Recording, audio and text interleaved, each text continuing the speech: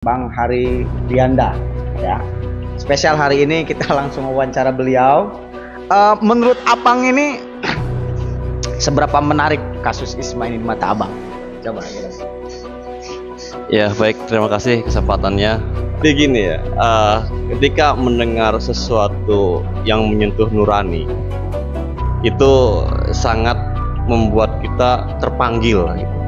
Jadi kasus Isma ini saya kira ketika baru mendengar itu sudah menyentuh nurani saya, karena ada rasa keadilan yang tidak ditempatkan pada tempatnya. Nah, kalau kita mengutip kepada adigum hukum, jadi di dalam hukum pidana itu, apalagi ini kan tuduhan ya terhadap Isma bahwa mencuri gitu kan, bahkan dipaksa mengakui, mestinya kan buktinya itu harus lebih terang daripada cahaya kayak gitu. Itu di dalam hukum itu harus lebih terang. Nah, sejauh ini kan esensi dari sebuah bukti yang mereka punya gitu kan, dan yang mereka selalu jadikan alasan dasar untuk menjustifikasi orang yang lagi belajar lah. Dan ini ironisnya di wadah pendidikan. Kalau di perusahaan nggak masalah. Kalau ini pendidikan, bukan bicara bisnis ini, bukan bicara untung dan rugi, tapi ini bicara orang lagi dididik, ya kan? Mestinya kan ultimum remedium, hukum itu upaya terakhir, justifikasi itu upaya terakhir. Tapi karena sudah dimulai gitu, Pak Moderator, ini sudah dimulai.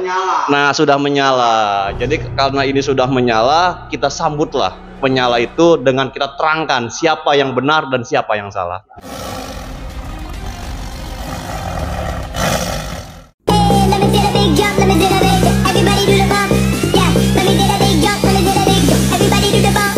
Nyala abangku.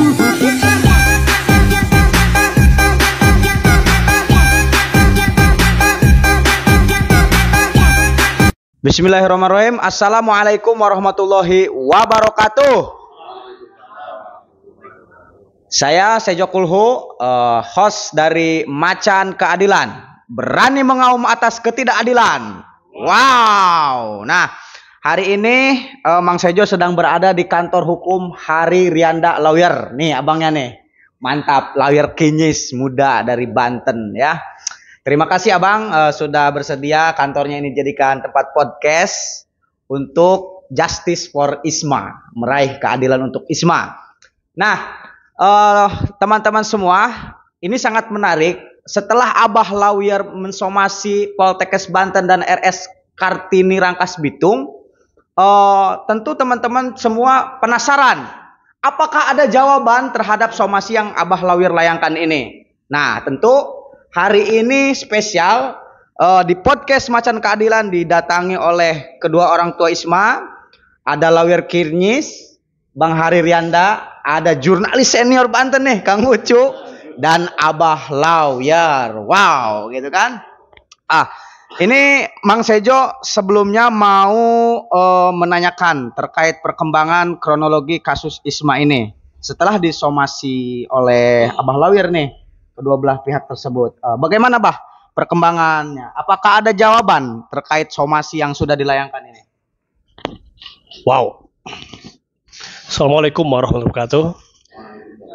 Pertama saya ingin innalillahi wa inna ilaihi raji'un buat mertuanya dari rekan kita, saudara Sadam, mertuanya yang meninggal tadi ya. Tadi sempat bergabung dengan kita, tapi karena tiba-tiba ada kabar duka dia langsung pulang. Kita doakan mudah-mudahan almarhum husnul khotimah. Oke. Betul, kita tim advokasi for Isma ya, teman-teman pengacara, baik dari teman-teman NWK dan beberapa teman advokat di Banten, ada Bang Hari Rianda ya kan, ada lawyer kini satu lagi Elang Mulyana, Raden Elang Mulyana, kemudian Eki, dan satu lagi siapa? Satu lagi Sadam ya, dan Bung Sojo juga, Bu kawan kita dari Jakarta juga, Syarifah ya, sudah melayangkan somasi ke dua tempat, dua instansi, satu kampus Kartini, yang satu ke kesehatan, Poltekkes ya, Poltekkes. Somasi tentang hal-hal yang menimpa Saudari Isma, klien kita. Dan kemarin kita baru dapat balasan dari pengacaranya pengacaranya RS Kartini, yang tentunya ini satu hal yang baik dan positif, tapi belum ada dari kampusnya ya, belum ada dari kampus. Apapun itu, ini sudah dijawab, dan apapun jawabannya kita akan respon dengan tentunya langkah-langkah yang sudah kita persiapkan nanti. Tentunya kalau plan A, plan B, kalau jawabannya begini akan begini, kalau jawabannya begitu akan begitu, ya kan? Mungkin ada rencana selanjutnya, entah Senin, Selasa, Rabu, langkah selanjutnya. Karena jawabannya bagi kami memang Jawaban apa tuh? jawaban dari mereka ya seperti yang kemarin-kemarin aja, konsisten dengan keyakinan mereka. Bahwa benar Isma menurut Bahwa langkah-langkah mereka dianggap benar. Tidak masalah, itu hak mereka, ya kan?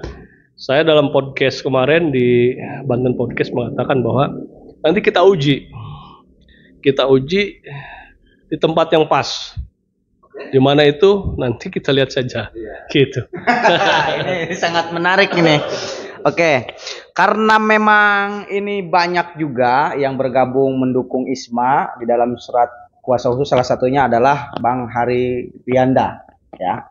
Spesial hari ini kita langsung wawancara beliau. Menurut Abang ini seberapa menarik kasus Isma ini di mata Abang? Coba kira. Ya baik, terima kasih kesempatannya. Saya klarifikasi dulu ya, saya bukan lawyer kinyis gitu. Karena untuk ke tahta lawyer kinyis itu tinggi ya, belum nyampe saya. Jadi lawyer manis saya gitu. Oke, jadi gini ya, ketika mendengar sesuatu yang menyentuh nurani, itu sangat membuat kita terpanggil gitu. Jadi kasus Isma ini saya kira ketika baru mendengar itu sudah menyentuh nurani saya, karena ada rasa keadilan yang tidak ditempatkan pada tempatnya. Nah, kalau kita mengutip kepada adigum hukum, jadi di dalam hukum pidana itu, apalagi ini kan tuduhan ya terhadap Isma bahwa mencuri gitu kan, bahkan dipaksa mengakui, mestinya kan buktinya itu harus lebih terang daripada cahaya, kayak gitu. Itu di dalam hukum itu harus lebih terang. Nah, sejauh ini kan esensi dari sebuah bukti yang mereka punya gitu kan, dan yang mereka selalu jadikan alasan dasar untuk menjustifikasi orang yang lagi belajar lah. Dan ini ironisnya di wadah pendidikan. Kalau di perusahaan nggak masalah. Kalau ini pendidikan, bukan bicara bisnis ini, bukan bicara untung dan rugi, tapi ini bicara orang lagi dididik. Ya kan, mestinya kan ultimum remedium, hukum itu upaya terakhir, justifikasi itu upaya terakhir. Tapi karena sudah dimulai gitu, Pak Moderator, ini sudah dimulai. Nah, sudah menyala. Jadi karena ini sudah menyala, kita sambutlah menyala itu dengan kita terangkan siapa yang benar dan siapa yang salah. Siap, itu mungkin dari saya. Ini sangat menarik sekali nih ya, ditinjau dari perspektif hukum bahwa bukti harus lebih terang daripada cahaya, begitu kan? Nah, sebelum lebih lanjut lagi nanti upaya-upaya hukum yang akan kita lanjutkan, ini saya menarik ke Kang Ucu nih. Kemarin kan kita live podcast tuh ya di Instagram kan, bahwa Kang Ucu apakah sudah ada klarifikasi dari Poltekkes, bukan Poltekkes, RS Kartini Rangkas Bitung dan Poltekkes Banten. Sejauh saat ini mereka belum memberikan klarifikasi kepada media nih. Nah, dengan adanya somasi ini nih, jawaban somasi Abah Lawyer nih dari RS Kartini Rangkas Bitung, menurut pandangan jurnalis senior Banten gimana nih? Ya, kalau ini ada dua opini berarti dari saya. Pertama, ya Poltekkes tetap arogan karena tidak bereaksi. Sama sekali tidak bereaksi, sama sekali. Nah kalau RS Kartini ya alhamdulillah lah ya, alhamdulillah dia memahami sisi hukum lalu menjawab melalui pengacara juga. Walaupun sebenarnya bisa nggak pakai pengacara juga bisa gitu loh. Berarti kan dia juga sudah mempersiapkan langkah hukum. Walaupun jawabannya juga menurut saya tidak esensial gitu loh. Jadi menurut saya sih RS Kartini sudah bagus lah. Sudah bagus mau bereaksi. Artinya dia sudah memahami ya boleh lah. Lebih tinggi dari derajat hukumnya lebih tinggi dari Poltekkes. Bukan lebih tinggi lah. Walaupun dari sisi pendidikan sebenarnya di Poltekkes itu kan banyak doktor gitu. Masa sih bisa pakai pengacara? Ya gitu ya gitu. Tapi bukan. Perbedaannya hanya depan O aja ternyata pengetahuan soal hukumnya jauh. Kalau di RS Kartini mungkin karena dokter, kalau di Poltekkes karena dokter. Jadi bulat terus tuh. Bulat terus sombong kan juga sombong gitu kan. Harapan juga ada gitu. Ada satu. Ya itu aja dulu. Oke, sekarang saya menarik mau ke orang tua Isma nih. Dari somasi, jawaban somasi dari RS Kartini Rangkas Bitung kan ada di situ menyebutkan bahwa dia benar memang Isma itu kata di somasi itu mencuri dengan alasan si uang tersebut dibelikan sarung tangan medis ya, sarung tangan medis. Nah, dengan kekehnya dan konsistennya mereka tetap menuduh Isma adalah sebagai pencuri dengan ditambah bukti surat pernyataan yang dibuat Isma kemarin tuh. Nah, tanggapan dari orang tua Isma ini seperti apa? Ya, Assalamualaikum warahmatullahi wabarakatuh. Pertama saya ucapkan terima kasih kepada beliau-beliau yang sudah membantu kami dalam kasus ini dan bahkan sudah memviralkan hal-hal yang berkaitan dengan kasus ini. Pertanyaan dari moderator tadi saya akan jawab ya. Saya sebagai orang tua merasa hal-hal yang berkaitan dengan yang somasi itu kata saya mah bias gitu ya Pak. Iya. Dalam hal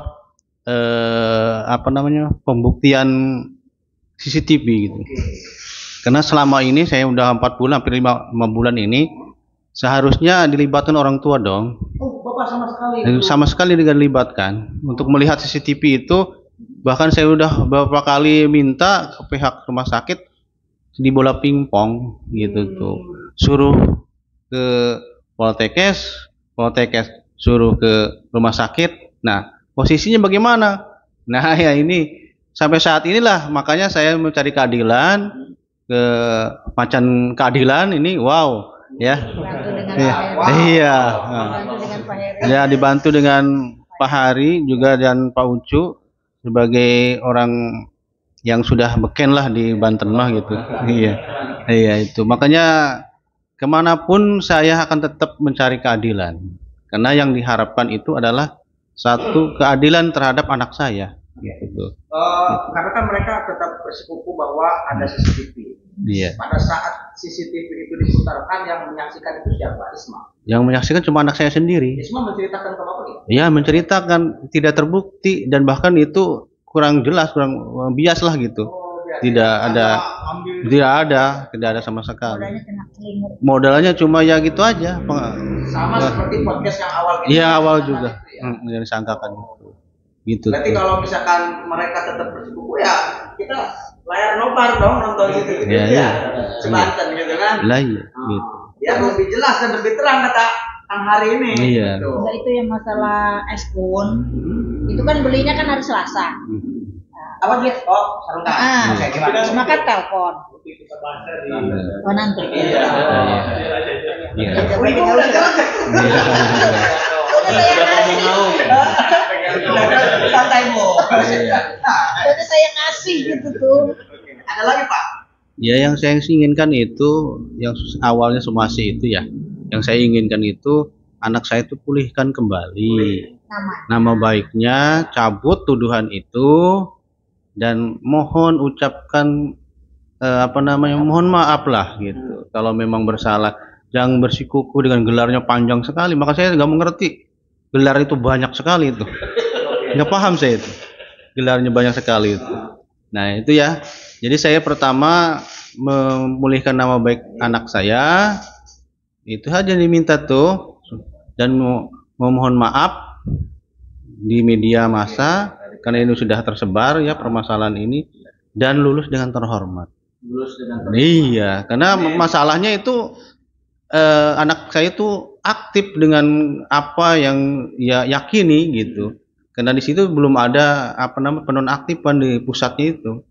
Jadi ikutin, tapi yang tidak memperbolehkan itu dari Poltek sendiri, dari kampus sendiri yang harusnya mengertilah, paham dan tentang pendidikan itu. Itu. Jadi itulah Pak. Oke, terima kasih Bapak Didin ya, Pak Didin ya. Mungkin para netizen di Banten ini penasaran ya. Setelah disomasi 1, Poltekkes tidak menjawab, hanya RS Kartini, berarti masih orogan gitu kan, kata kaum lucu temanya. Jadi apa yang akan Abah Lawir tempuh setelah ini? Karena memang kan saya melihat kalau dalam hukum itu ada restoratif justice dan retributif gitu kan. Nah, mau menggunakan apa sih Bah nih selanjutnya ini? Apakah upaya perdamaian? Kalau dari Bapak kedua orang tua Isma ini ya damai aja gitu. Tapi yang penting anak saya bisa pulih kembali, bisa lulus dengan syarat terhormat gitu. Nah, apakah akan ranah ke sana gitu? Restoratif justice. Ya. Tadi satu lagi, Bung Eka Satya-Laksana, gue lupa ngomongnya. Nanti marah dia, interupsi nanti ya. Lawyer kita yang satu lagi. Gini, kan sebetulnya permintaan dari keluarga, orang tua, sederhana. Kita ini ke orang timur, kita orang sebagian muslim ya. Tuhan aja mau pemaaf ya kan?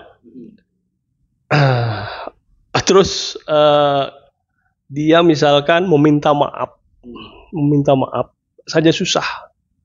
Orang tua ini pasti memaafkan ya kan? Tidak mungkin lebih tinggi dari Tuhan, ya kan? Tuhan Maha Pemaaf. Artinya meminta maaf itu kan sangat gampang sebetulnya. Bukan berarti misalkan dia mengaku kesalahan atau minta maaf tidak ada masalah, itu kan? Minta maaf aja. Kemudian karena dia tadinya tidak ada masalah, baik-baik sekolahnya, kuliahnya, ya memang baik-baik lagi, ya kan? Artinya bahwa ada hal-hal lain misalkan itu hanya tambahan aja. Menurut saya hal-hal lain misalkan tuduhan dia, ya dia harus buktikan. Kemudian imbas dari perbuatan mereka harus dipertanggungjawabkan. Dan langkah apa yang akan kita lakukan? Ini dia apa? Ya kan di podcast Banten kemarin itu saya mengatakan bahwa jika tidak ada balasan somasi yang ke-1, mungkin akan kedua, atau langsung melakukan fasilitas hukum lainnya, ya kan? Begitu juga dengan rumah sakit kampus. Kalau kampus kita somasi 1 tidak ada, bisa saja yang kedua atau kita gunakan fasilitas selanjutnya. Apa itu? Pengujian. Mari kita uji, baik itu di Polda maupun di pengadilan. Itu yang akan kita lakukan tentunya. Tujuannya apa? Tadi itu. Biar semakin lighting jelas. Wow. Gitu ya. Itu loh. Jadi kalau kita lebih tegasnya lagi, mungkin kita akan laporan. Akan membuat laporan, dan saya sudah tanya ke klien, siap. Ke orang tua siap, ke keluarga siap. Ya, itu. Waktunya bisa malam ini, besok, lusa, minggu depan, insya Allah kita akan wow pokoknya itu. Luar biasa nih. Oh, itu tuh upaya tempuh selanjutnya ya. Dari Abang Hari. Tadi kan udah dibahas ya, masalah bukti dan lain-lain. Coba Ya, Abang Hari oke. menanggapi dari Abang Lawir. Oke, semakin wow ya malam ini.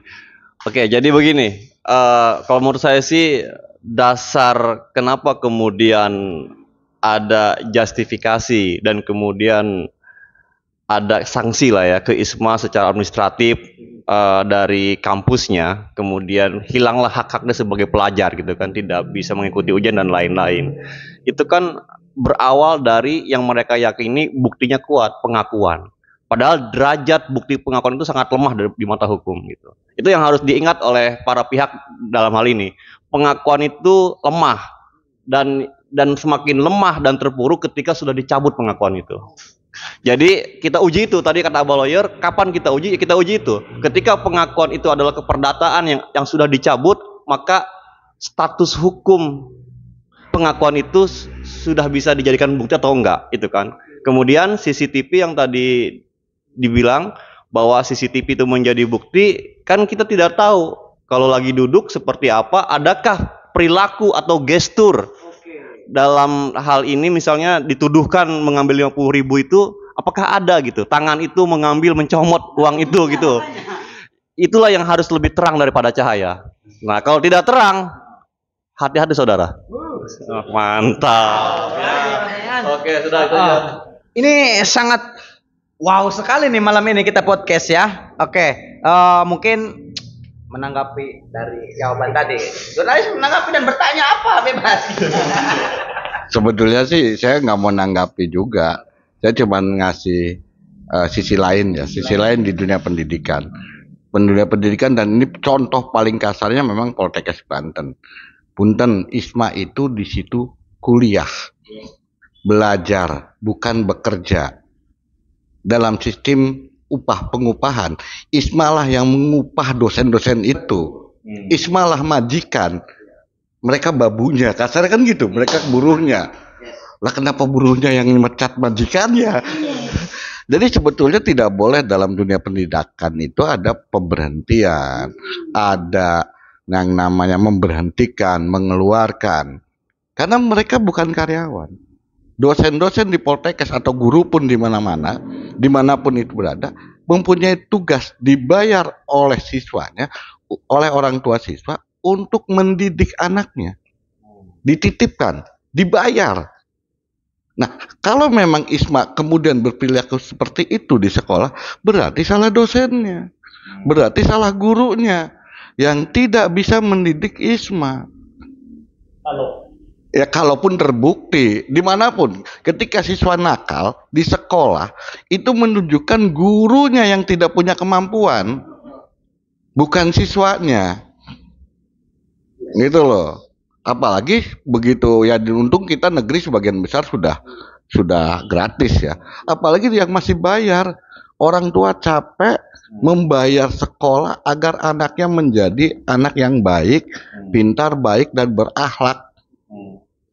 Gitu, ternyata tidak. Sudah gitu diperlakukan kejam lagi.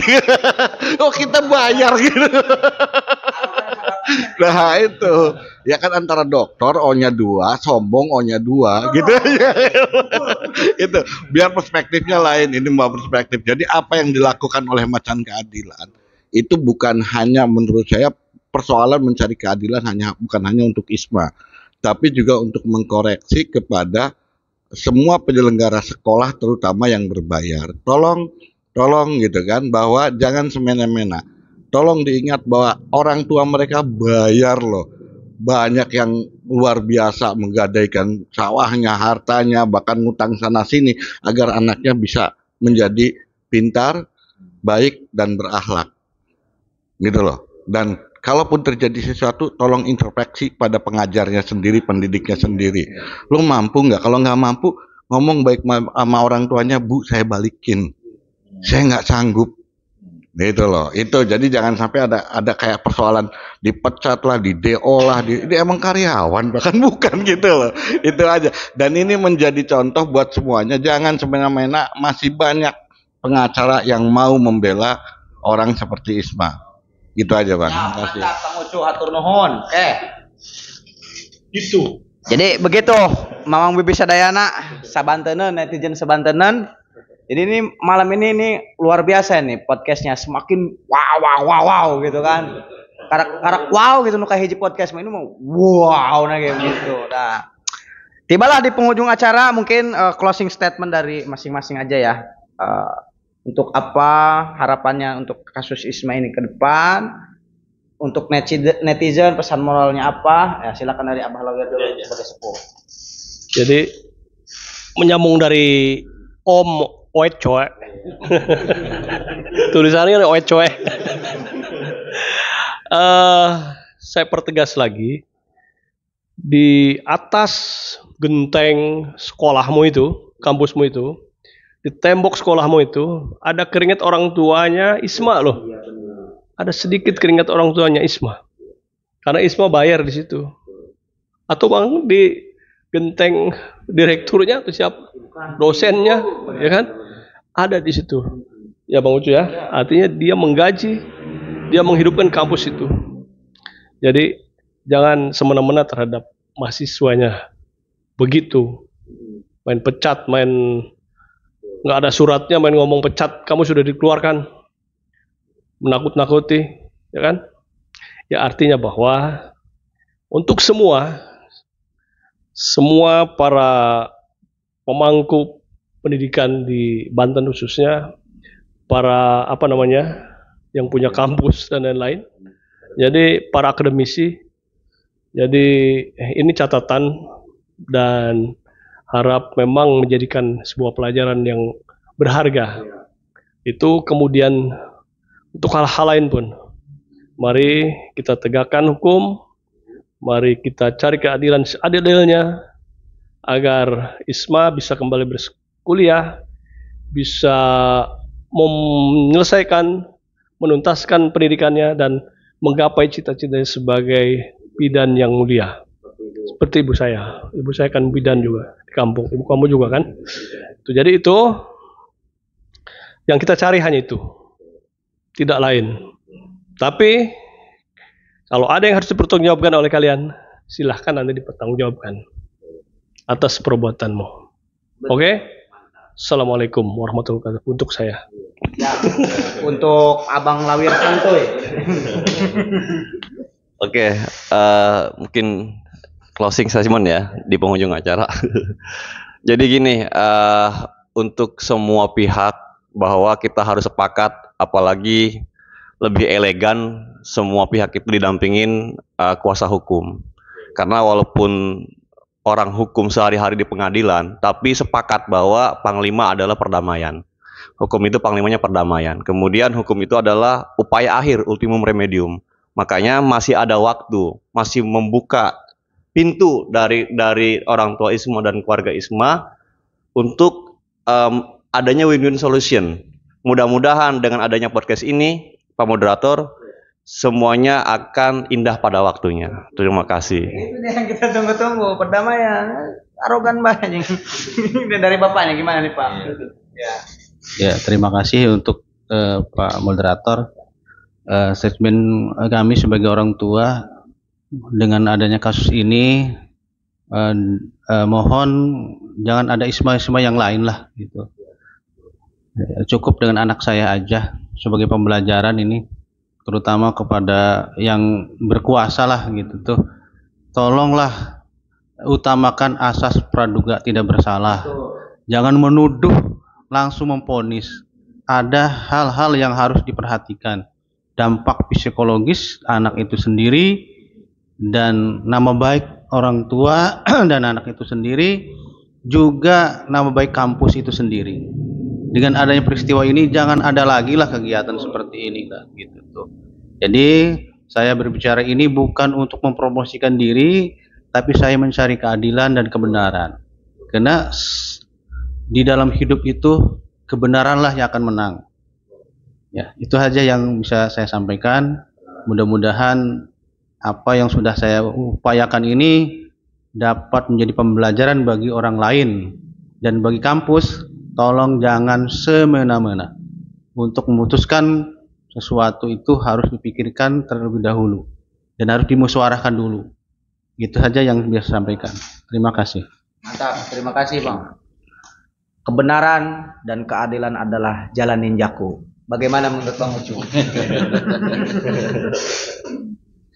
Ya, penutupnya buat mereka-mereka yang sudah pintar lewat gelar pendidikan, gelar-gelar, cuman titipnya satu. Buat yang pintar jangan minterin. Buat yang berakal jangan ngakalin. Semua itu akan mengakibatkan rasa sombong. Dan rasa sombong itu adalah yang paling dibenci oleh Tuhan manapun. Itu aja, terima kasih. Assalamualaikum warahmatullahi wabarakatuh. Waalaikumsalam warahmatullahi wabarakatuh.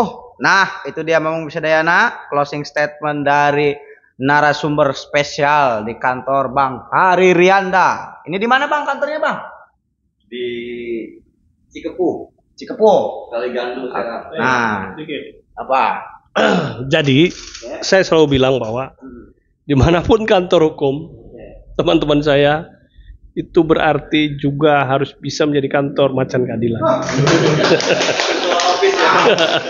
Jadi karena di situ harus ada macan-macan yang bisa memperjuangkan keadilan. Wow. Iya, macan di mana aja. Di kantor Bang Ucu pernah jadi macan. Kantor itu, biar bisa keliling kita. Kantorku sepanjang jalan. Kantorku sepanjang jalan. Oke, macan keadilan ada di mana-mana, bukan cuma di Banten, se-Indonesia kantor kami temannya.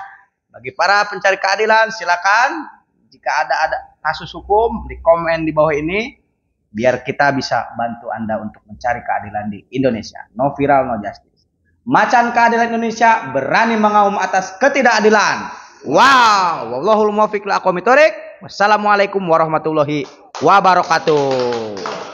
Jangan lupa like, komen, subscribe, follow, share, kabar ya, komen ke grup-grup WA, ke nurang.